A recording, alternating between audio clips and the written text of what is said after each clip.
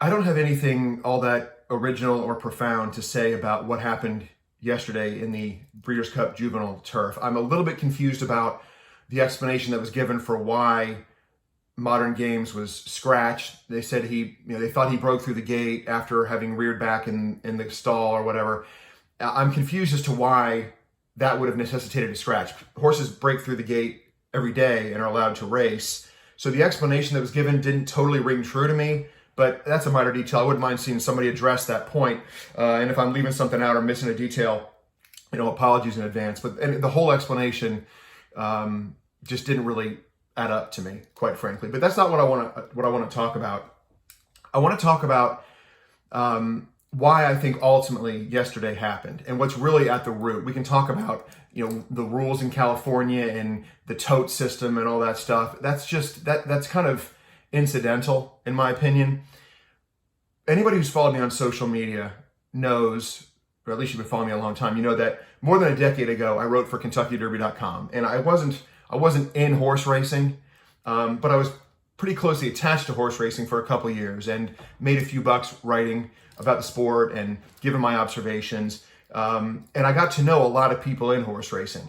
Some of them I got to know really well, and they're friends to this day, and others I just kind of met in passing here and there. But there are two people that I want to mention by name who, in my opinion, were just sort of rays of light in an otherwise somewhat dark world. And those two people are Marty McGee from Daily Racing Form, who I think I've had 2 or 3 conversations with in my life, and Matt McBride from Del Mar, who I've probably also had 2 or 3 conversations with in my life. They both struck me as positive, happy, hardworking people. Now, I don't know either guy very well, so I don't know. If you want to laugh because I got it wrong, I don't know. But that was my impression of both of them. And looking back on yesterday's events, I think if everybody in horse racing, everybody who mattered, everybody who makes decisions that count, everybody who's in charge of things like, protecting the gambling public, the horse player, and the integrity of the sport, if everybody had the attitude that those two guys I just mentioned have, I don't think yesterday would have happened.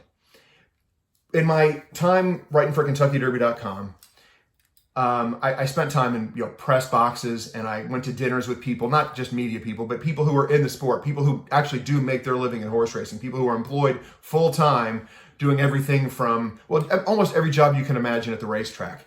And I was struck by something. I was struck by a pervasive darkness among people who work in the industry. And I don't know why that is. I really don't. But, and I'm not going to speculate as to why that is. But I couldn't help but think that the sport needs more positive people who care about their jobs, who take their jobs seriously, and who take the customers of horse racing seriously. And I don't think that we have that. In fact, I know that we don't have that. And, I'm bringing up a random point here, but the Kentucky Derby Future Wager was first offered, I think, in around 1999. So whatever, call it 22 years ago. And I remember the time thinking that it was unfortunate we were limited to 24 betting interests for that wager. It'd be nice to be able to wager on any 3-year-old that you wanted. Here we are more than 2 decades later, and we still can only wager on 24 horses because the tote system hasn't been modernized. Yesterday's events. Does anybody think it would have been improper if, fine, you refund people their money if they bet on the winner, Modern Games, and the win, play, show, and exactly the vertical pools. But why could people who wagered on Modern Games in pick 3s, pick 4s, pick 5s, pick 6s, why could they not still get that horse? Why does the technology not exist to do not even complicated things in the tote system? I'll tell you why. It's because nobody cares. That's why. Nobody gives a shit. And if you spent time around the sport like I did more than a decade ago, I don't think yesterday's events would surprise you at all. And I think that's unfortunate. I think what happened yesterday will cause people to leave the game, people who were on their way out anyway.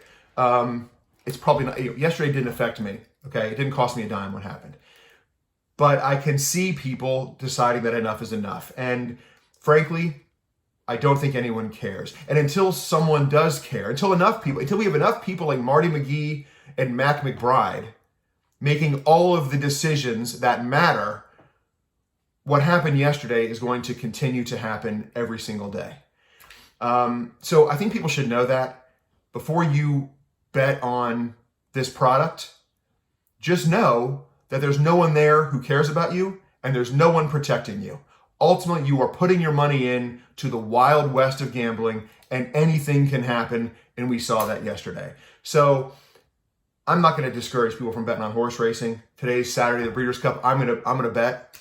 You know, I know that I am. I can say that I'm not. I've retired from horse playing 3 times just in 2021. So come on, let's be honest. I'll be honest with myself, and I'll be honest with you. I'm not going anywhere.